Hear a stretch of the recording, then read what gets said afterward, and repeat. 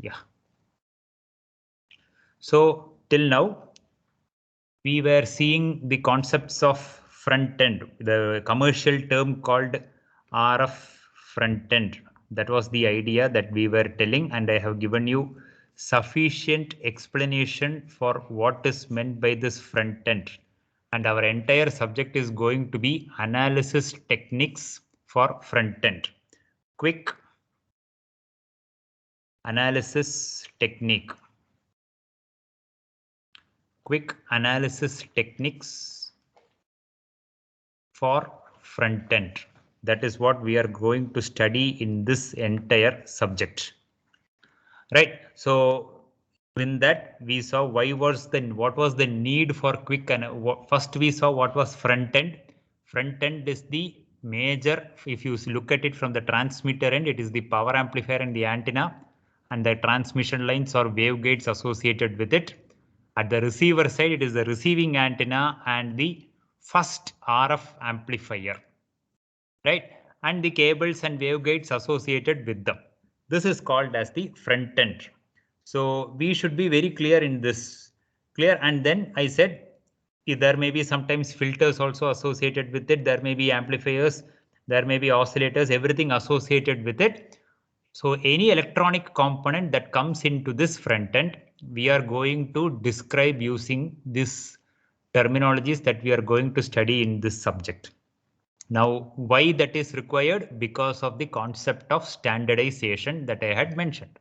If the front end is not standardized, it will be very difficult. Things will be too costly.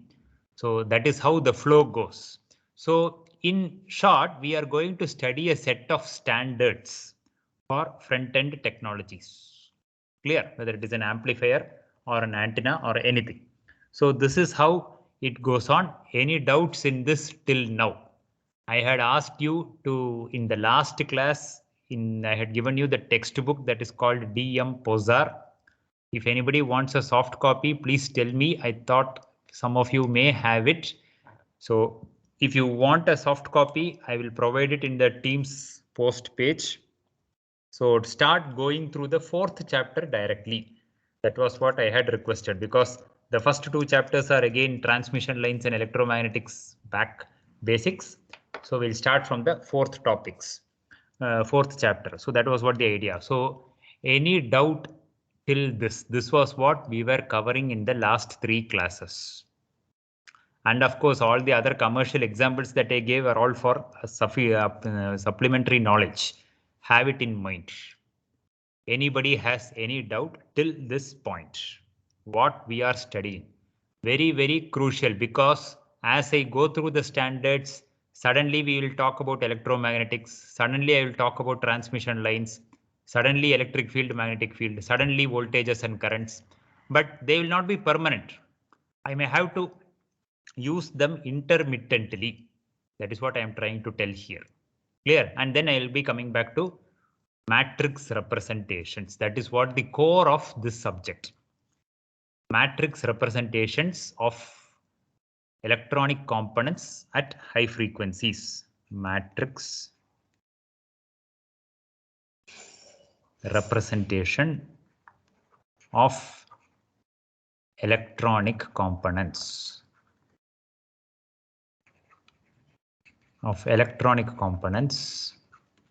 Right, at high frequencies. Right, this subject is also called as microwave network analysis. You would have had a subject circuits and networks. This is called as high frequency network analysis or microwave network analysis or high frequency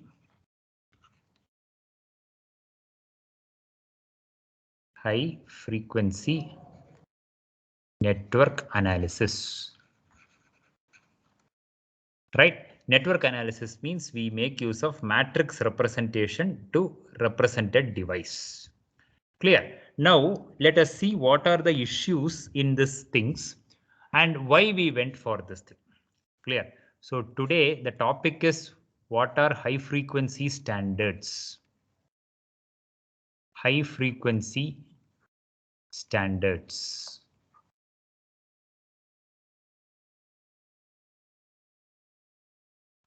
Right? They are usually power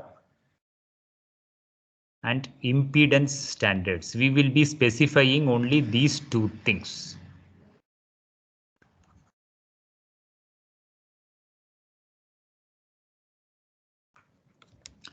Right? So let me just go along like this. For example, Sriram. Yes, sir. Have you heard of a standard called TTL in your digital design? Yes, sir. Time to live. Can you just give me the full form and what it represents? Yes, sir. I think it's time to live, sir. So, to prevent, is it correct, sir? Sorry, it's not time to live and all. Transistor logic. What is this? Sir, sorry. There's one more ETL in networks. I thought it was that. Okay. I told you in digital, no. Transistor logic. Right. So thank you, Shriram. Can anybody in the class tell me what does this mean? What do you mean by TTL standards? Can anybody tell me? Because you have to understand that you have already studied many standards. You are only supplementing it with some standards at high frequency. What is TTL standard? Can anybody tell me? In digital domain, you use the word TTL standards. Anybody? Sir, I think we consider the floating terminal to be as 1. Correct. They have given some voltage values for 1 and 0. Correct, ma? Yes, sir. Yeah. Can you just tell me? So TTL standard means specifying what is 1 and what is 0. Can I write it like that, ma? Okay. Can't simply tell what is 1 and what is 0. Samukta getting me? 1 and 0 paper எழுதுறதுக்கு. When you go into electronic circuit, 1 and 0 means voltage levels, correct? Yes, sir. Yeah. So what does 1 mean? Can anybody tell me? Voltage high. Thank you. But again, Varsha, I am telling you, high nalla circuit ku puriyadu. Circuit wants number. What is called as digital logic 1? So 3.3 volts or 5 volts. Yeah, there is some standards there above 3.3 or 3.5. I don't know, correct? So 0, what is considered as 0? 0 volts. No. Even Below 0.7. yes, I'm not exactly aware of it. I think there is a number. So below some voltages, it is always considered as 0, and in between, you called it as some no man's. That is what you called it as a don't care or no man's state. Right? I'm just bringing about some digital ideas so that you will be unknowingly you studied. This is called standards. In your pen and paper, you would have written it as 1 and 0 other things. But when you go for actual manufacturing, 1 and 0 means this is one thing. So you have got lots of standards. For example, RTL is there, ECL is there, emitter coupled logic, I squared C. So you have got lots of standards. Right, depending on the silicon, germanium way of manufacturing. So, but all these things are at baseband. That is what you should understand. These are all baseband standards. TTL is a pakka example of a baseband standard. Clear. So here, finally, what I am trying to tell means, what do you mean by standard is specifying voltages and currents. This is called as standards. For this application, this is the voltages and currents. Clear? In analog, you don't have that much issue of standards because it is a complete, all the voltage values are available. Now, this is at baseband level. Now, next I'm just going to ask, has anybody heard of these things? RS432, RS485 standards. Has anybody heard of these things?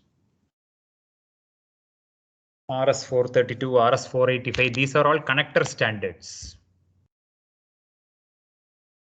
These are all connector standards. How you should keep connecting things. Nobody has heard of it in the entire class of 67, RS485, RS432, RS432 cable. Nobody has heard of it. Mithun? Sir, I think yes, it's Ethernet cable. I think it's RS230. Sorry, RS232, RS430 are advanced version. What does that mean actually? Okay, any one of the RS32 standards, yeah. If you just open the document of RS232 document, what will it say?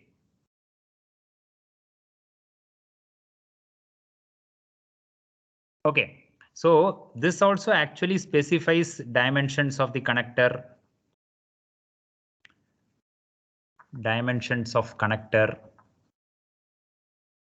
Right? What are the voltages and currents expected?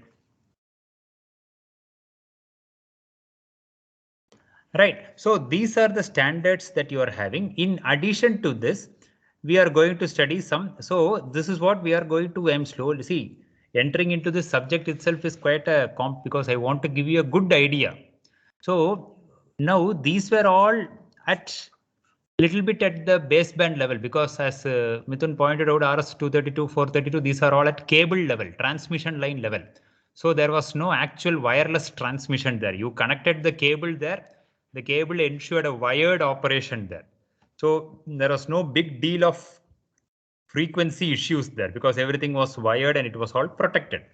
Now in our wireless high frequency, this is what our subject is more oriented towards. In wireless high frequency, how are standards decided? How are standards specified? This is what we are trying to discuss. Clear? And from the standards only, the matrix representation, all those things. If you design the standard, then you can design the representation. How are standards specified? So now if you just take consider a component, an electronic component.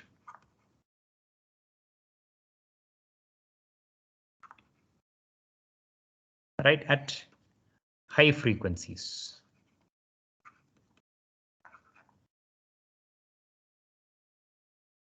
Right. So does anybody remember something that I taught in the 4th semester called as electrical length? Does anybody remember that? Uma, do you remember this term, electrical length? When I was teaching transmission line, I used to tell something called as electrical length. Do you remember? See guys, I'm expecting you don't worry anything if you don't know the answer and all, but I will be keeping on talking like this, electrical length. Uma, have any idea? I don't remember exactly, sir. I don't remember. Don't remember. Who remembers? Anybody remembers what is electrical length? For a transmission line, I had discussed what is an electrical length. Electrically long, electrically short. I think it depends on the wavelength at which the particular component operates. Good. And what is the significance of it? That is the idea. Any idea? I'll explain electrical length. Don't worry. Entire class, don't worry. But I'm just asking, what is the need for discussing this topic? It can give us an idea regarding the phase shift that our cable introduces on our signal. Good. Nice. Right. Now let's just have a small idea into it. So the thing is, if I have a transmission line, I'll just take an electronic component means I'll just take a small transmission line. It can be a resistor also. So let it be a length L. Right. Now it is operating at wavelengths lambda. Right. So the problem is what happens if lambda. So take at say L is say around 10 meters. Clear? Consider just. So at frequencies around say kilohertz. Clear? Your lambda will be very high. Clear? So what happens is the line will not face any phase shift. That is what Varsha was trying to tell there. At lambda is very high. If this is the length, of the transmission line. I'll just go to another color. Your wavelength will be so large, right? That means at this angle, over this section, component feels no phase shift.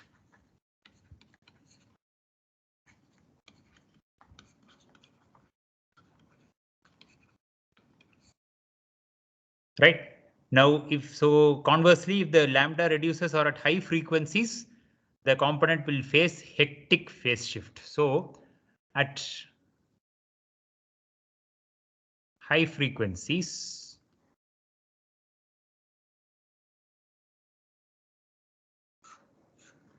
right, lambda is small.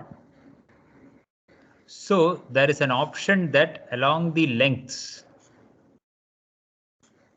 of the cable, your lambda will be very small.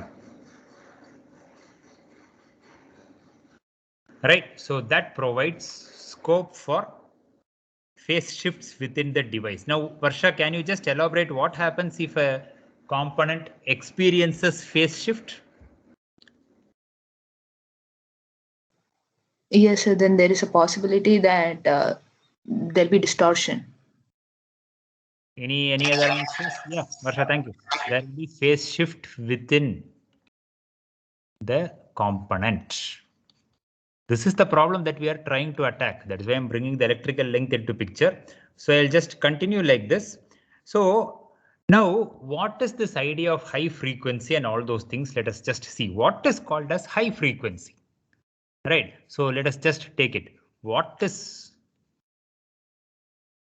high frequency? So is 100 megahertz high frequency or 1 gigahertz high frequency? On what basis are we talking? Right. So if you understand this, then we'll know why we went back to electrical length. Clear. So what is high frequency means? Right. It's a small history. You have to know this. Traditional wireless started off at say 500 megahertz. That's okay. Right. But real commercial growths, real commercial applications, right, developed in the range 900 megahertz till 6 gigahertz. Right. So this is what the main idea of high frequency range. Now we have gone beyond this. There is no doubt in that actually. Right. But the analysis techniques which we study in this subject are valid for any higher frequency components. So let's see what happens. Say around at frequencies, say 1 gigahertz, right? Your wavelength is say approximately, if you take 3 into 10 power 8 by 1 into 10 power 9, you get 0.3 meters. Right. So this is actually 30 centimeters. Clear. So please understand that. So what happens is at 1 gigahertz, it is 30 centimeter. At 2 gigahertz, it is 15 centimeter. I feel at 3, it is 10 centimeter. Clear. So what we are trying to do is, who can come into picture? What is the typical size of your mobile phone? Can I put your mobile phone as somewhere in the, say, a big, given a Redmi phone can be say 12 centimeter by 3 centimeter, right? What I am trying to tell is all commercial wireless devices, have physical dimensions,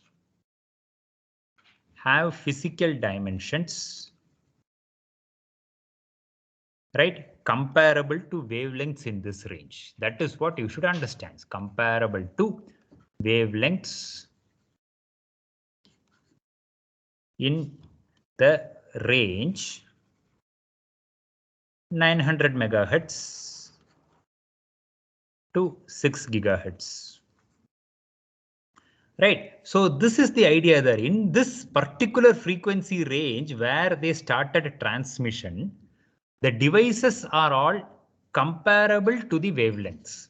So at this point, so if device physical length,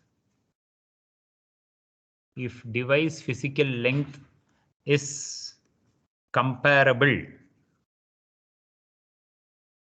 to operating wavelengths, right? You have got a electrically long conditions, electrically long condition, right? That is within the device, within a single component, phase shifts can occur. Right. So the condition is you have, if you take even a small resistor, this may be a, say, I will not use this, take a small resistor, right? This can be around, say, 8 centimeters or something. Clear. And you have your wavelength, say you are operating it at 3 gigahertz. Clear. Your wavelength is almost like this. There will be considerable phase shifts. You have to understand that if I go to 4 gigahertz, if I go to 5 gigahertz, right? So at a commercial level, right, in the range, devices in range, I'll write like this, in range 900 megahertz to 6 gigahertz, right, experience phase shift within, because the physical dimensions and the wavelengths are comparable. Right. So this is the idea there actually. So this needed a separate problem there. Clear. That is what we are trying to do here. So majority of the wireless applications are there in the frequency range 900 megahertz to 6 gigahertz. Right. In this frequency range, if you manufacture any device, it is almost physically in the same comparable dimensions. Now, when you do that, you get electrically short condition or there are phase shifts. So I think I had told you correctly, at low frequencies, you can use KCL and KVL, and at high frequencies, where phase shift exists in devices, you have to use RF engineering concepts which you are going to study. Right. So this was what the idea that I was trying to keep on telling there. Right. And this problem becomes extremely important in terms of front end. And the first two classes were based on the front end idea. Clear, because the baseband technology, you can program something and keep it inside the device and leave it. But the front end is going along with the customer there. So you cannot be simply do whatever you want. So that was the importance of front end. Now in front end, you have this problem of phase shift because predominantly we are working in this range. So now how to define voltages and currents? So now the issue is, right, how to define voltage and current standards. That is the main thing. I am coming back. I am closing the loop there actually. How to define V&I standards at high frequencies. Hope you are able to get me. Right? Because, right, take a small waveguide piece or take a small transmission line. Clear? This may be of physical length L. Right? So kindly bear with me. I have to keep scrolling down also. This has a physical length L. Clear? Now the wavelength keeps on changing. Say this is input terminal A, output terminal B. Right? So what we see is during operation,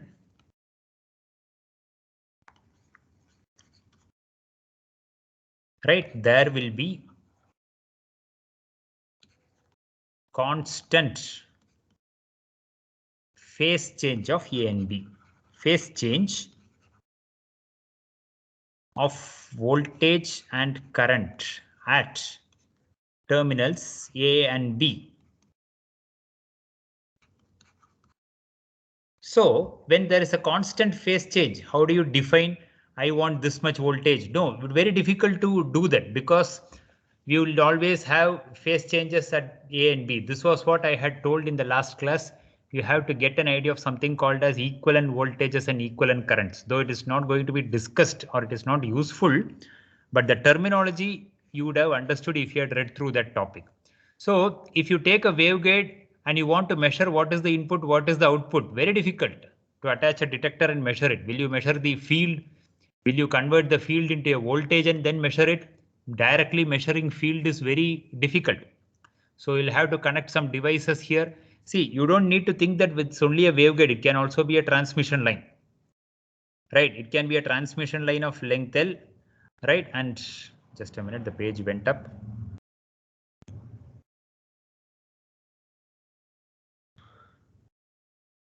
Right, this needn't be a waveguide, it can also be a transmission line. Clear?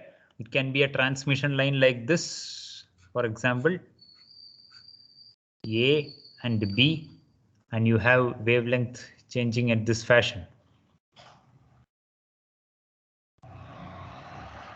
Oh.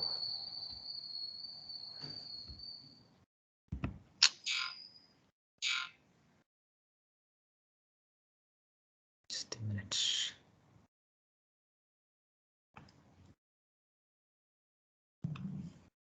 Right, and if you have wavelengths changing at this range, then you have a problem here also. That is what we are trying to look here. So how do you say that there will be a just a minute.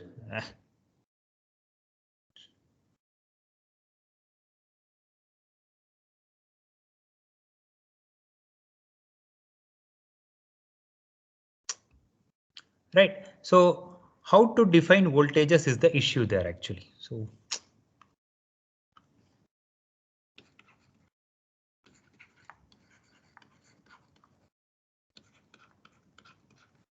right, so to avoid this, right, at high frequencies,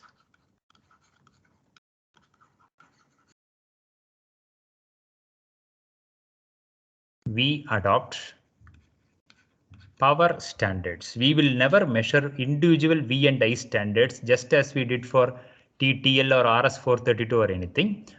Right, at high frequencies, we will adopt power standards. Right, or impedance standards. Right, if you take any high frequency equipment, you will see that they will never tell you that this much power or this much voltage or current should be there. What they would have been telling is, instead of specifying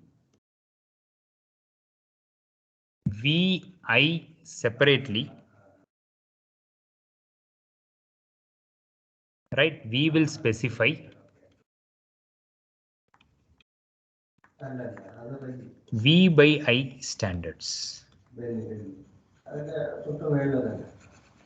Right, and this is called as impedance. Right, what are we trying to tell? Whether how much ever you manufacture a device, whatever may be the device, okay, clear, you manufacture whatever device you manufacture,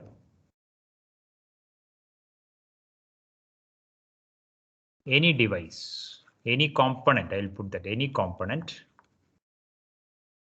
right, at the input and output, at the input and output, the V by I ratio should be same. The V by I ratio is important rather than VI separately. Right, and this only gave rise to the idea of the concept of characteristic impedance. This how Finally, we land in a term called characteristic impedance, standard impedance, which is called as characteristic impedance. Hope you remember this term from the transmission line scenario. Right? We defined something called as characteristic impedance because you are going to connect this transmission line between two electronic components. So to ensure proper impedance matching, that connecting is called the front end part. How to take different devices and connect them. So at high frequency, actually the transmission line takes off from this subject only, the idea of characteristic impedance. Since a transmission line is an electrically long condition, there are phase shifts inside a line. So a transmission line was denoted by its characteristic impedance values. Now you can close the complete loop, right? And how you should understand this, to create a transmission line with particular characteristic impedance, you should make use of the material, spacing, all those things that we studied in the 4th semester. This is how this subject should be studied along with the 4th semester transmission lines. Getting it? So this idea is called as the high frequency standard. So if you go to high frequencies, right, you go to the industry that is manufacturing electronic components at high frequencies, they will not talk in terms of voltages, rather they will talk in terms of impedances. They will tell that the characteristic impedance of my device is so much ohms, which means V by I at that point is this much ohms. We are not worried about V separately, I separately. To put across this point only, I used the term TTL, RTL, RS232 and all. Because if you go there, those are all baseband standards. There you have mentioned voltages directly, right? And typically they were working at that voltage level only. Everybody is working at the voltage and current level only. How we specify is the issue there. Clear? Now, hope you have got small idea of it, this idea of characteristic impedance. So this is the thing. So finally, the conclusion is whatever the component I manufacture, whatever component, right? I am just considering it as a black box. This is a component, right? It is connected here, input, output, right? V by I here should be standard. You should do anything inside you can do whatever you want within the component, but the V by I here and here should be standard, right? You should ensure that. Now, after all this discussion, you may ensure that, sir, fundamentally, are we just talking about impedance matching? Yes, we are simply talking only about impedance matching. Even in the transmission line subject, much emphasis was given on impedance matching. So in the RF front end terminology also, impedance matching plays a very big role, because if there is a mismatch in impedance, the reflections will be too high because the transmission power level will be very high. That is why we are talking fundamentally about impedance matching only. Getting the feel there, bit of transmission line easily comes into the picture there. If you are clear there, then it's okay, because front end, right, handles high power,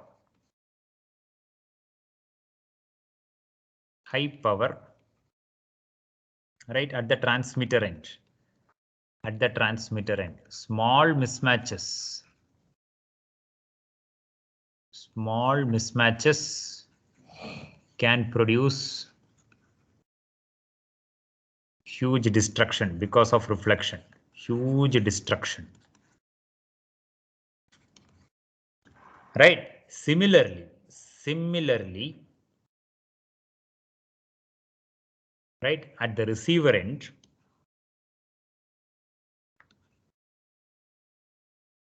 right, we need to be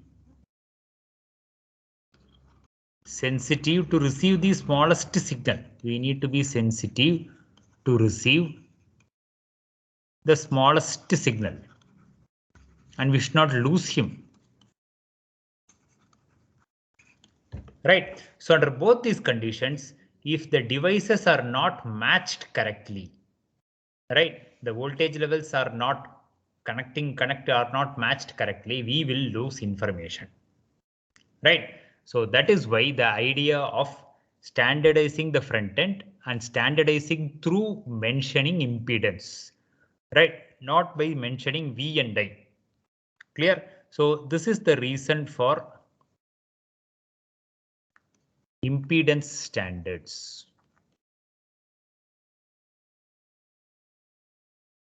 Impedance standards. Clear? How you should manufacture such that how you should do whatever. See, that's why whether it is an amplifier or a filter or a waveguide, simple waveguide piece, you should manufacture such that at the inputs and outputs, V by I should be one fixed value. That's all. We are not worried too much about it. And at high frequencies,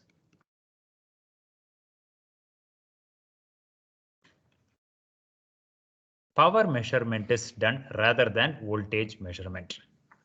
Power measurement is preferred over voltage and current.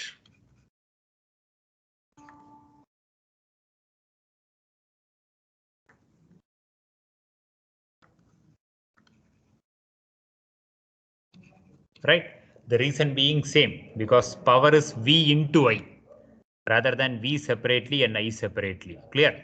In your low frequency electronics lab, you measured voltage and current separately because there was no phase shift problem. But in high frequency domain, specifying V and I separately will be an issue because of the phase shift. So standards V by I and measurements V into I. Right? So based on this only we can talk. Clear? So we'll now today you should have understood what is the idea of characteristic impedance more specifically. Right? So let me put it in a another way. Transmission line is a very important component at the antenna side, at the power amplifier side and all. So that is why you were introduced to the transmission line concept first itself. And there you had already studied this characteristic impedance concept. Clear? And with that characteristic impedance concept only, we had studied reflections and all those things. Now here, what you are going to see is, we are going to talk about amplifier also. You design the best amplifier, but if it doesn't give me V by I specifically at that ratio, I am not going to use it at high frequency. You can use it at baseband level or do whatever you want with it. At the front end, I will not be using it. You have the best amplifier in the world giving you the best gain, but the V by I is not specified. As per the standards, we will not use it. Getting the idea here? Anybody has any clarifications? I am welcome to it. Please understand this idea correctly. Right? So there is a history behind it that V by I, high frequency means 900 megahertz to 6 gigahertz. In this frequency, the wavelengths are comparable to the devices that we have, which means there is phase shift, which means V and I are not specified correctly. So we specify either V by I or V into I. Right? And that is how the standards for high frequencies are specified. Now, based on this only, we can start off. So this is the first point that you should understand. You come to the microwave lab, which we usually have in the 7th semester. Things would have been very easy actually, because I'm trying my level best to give you the feel of what you will get. Here, nobody will measure voltages and currents. We will always measure power. Right? But in the lab, you will never know that. I'll ask you to measure power, you will go and measure power. But the meaning is, we have got devices which will measure only power. We don't have devices that will measure voltage. Clear? Why? Because of the electrically long condition that we have created at high frequencies. So today we will stop the class here.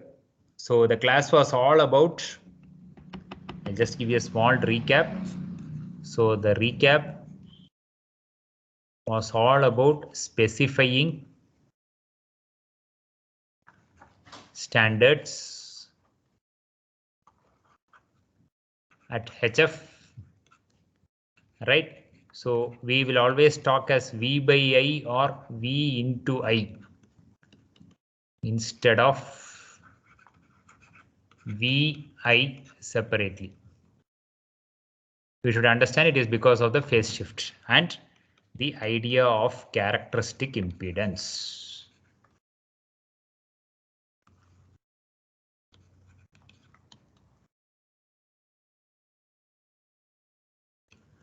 Right. So this is what we are trying to do today. So the last thing is this idea of characteristic impedance. For example, this characteristic impedance will be standard for an industry. Will be standard for one application. I'll put it like this. Right, say DTH. Right, they will fix these. They will fix the characteristic impedance. Right, and all cables, amplifiers should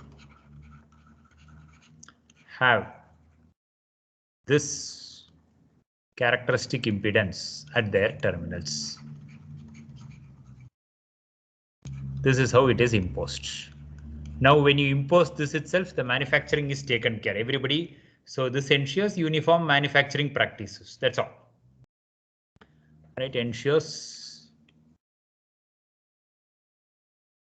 smooth and uniform manufacturing.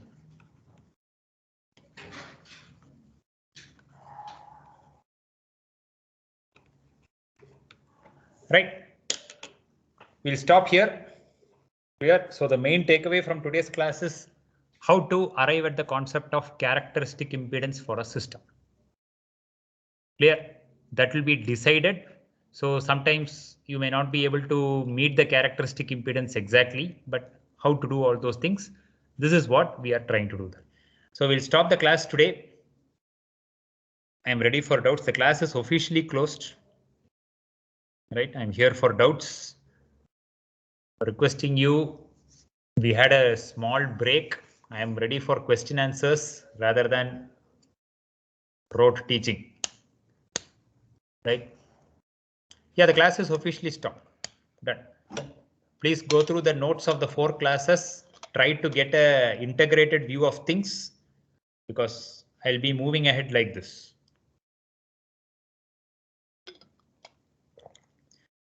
Anybody has any doubts? Sir, I have one doubt. Yeah. Yeah, people who would like to leave can leave. It's free. You are free to stay also. Yes, Bhuvan. So like, how do you measure the power without measuring the voltage and current? Bhuvan, thanks for that fantastic question. In the last class, I mentioned a device called Vector Network Analyzer. Hope if you go through the notes, you will see that the entire measurements have been standardized. So you have got some specific detectors, right, which the industry has standardized. So you will attach those detectors and measure the power level. Bhuvan, is it okay? No, like sir, but like I can't understand how would you directly measure power? Power. When, for example, take a see the idea is if you have a transmission line, that detector when it connected to the transmission line, it will measure the voltage and current right, but it will give me the power reading only. That's all. You will not worry about the V and I readings. Specifically, Bhuvan, this idea came for waveguide, where we didn't have any idea of measuring field. The field was made to incident on a detector and the detector measured the power. Right, when electromagnetic wave falls on a metal sheet, it gets converted to current. Based on those concepts, we built high frequency detectors, right, and we created standard setups. We are following it till now. That's all. Bhuvan, able to get me? Yes, sir. There is no question that you go to a high frequency amplifier manufacturing company, any company A, B, C, D, anybody, they all accept the standards. Based on that, we build everything, Bhuvan. Now there is no question of whether that was correct or wrong. Getting me? Right? They fixed some way of measuring things and went ahead. Because this predominant problem of phase shift was occurring at high frequencies, which we could never solve. So that is the idea there. Getting me, Bhuvan? Yes, understood. So they fixed something, Bhuvan, that's all. In fact, to make things very clear, the Compaq or the Hewlett-Packard, those guys are credited with the idea of fixing this high frequency standards. They only did lots of works in this domain. So whatever those HP guys did, that is called as high frequency standards. They said that this is the power level, finished. And they went ahead with the design. Clear? You can't have a voltmeter, coolly you measured current circuit through a voltmeter and all. That will never happen in high frequency, because only when you come to the lab, we'll be able to show you how the meter keeps on deflecting because the phase keeps on changing. So you will never be able to arrive at a final value. Now through these standards, we decided that this is the value. Come on, go ahead with the design. That's all. They were fairly near to the true value. So that is how they went. That's why the idea of characteristic impedance itself came. Always manufacture device such that the input output sides are matched. Don't go for even a smallest mismatch. Slowly this idea should get into you actually.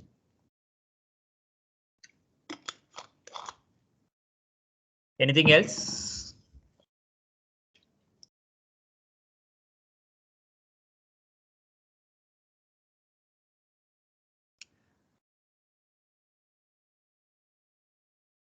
Right? If there is nothing, thank you, because I have to go back and come for, we have started off the lab sessions for your juniors.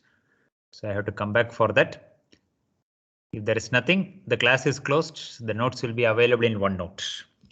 Requesting all the class people to really interact with me and get the things out of me. I'll be really happy to do so.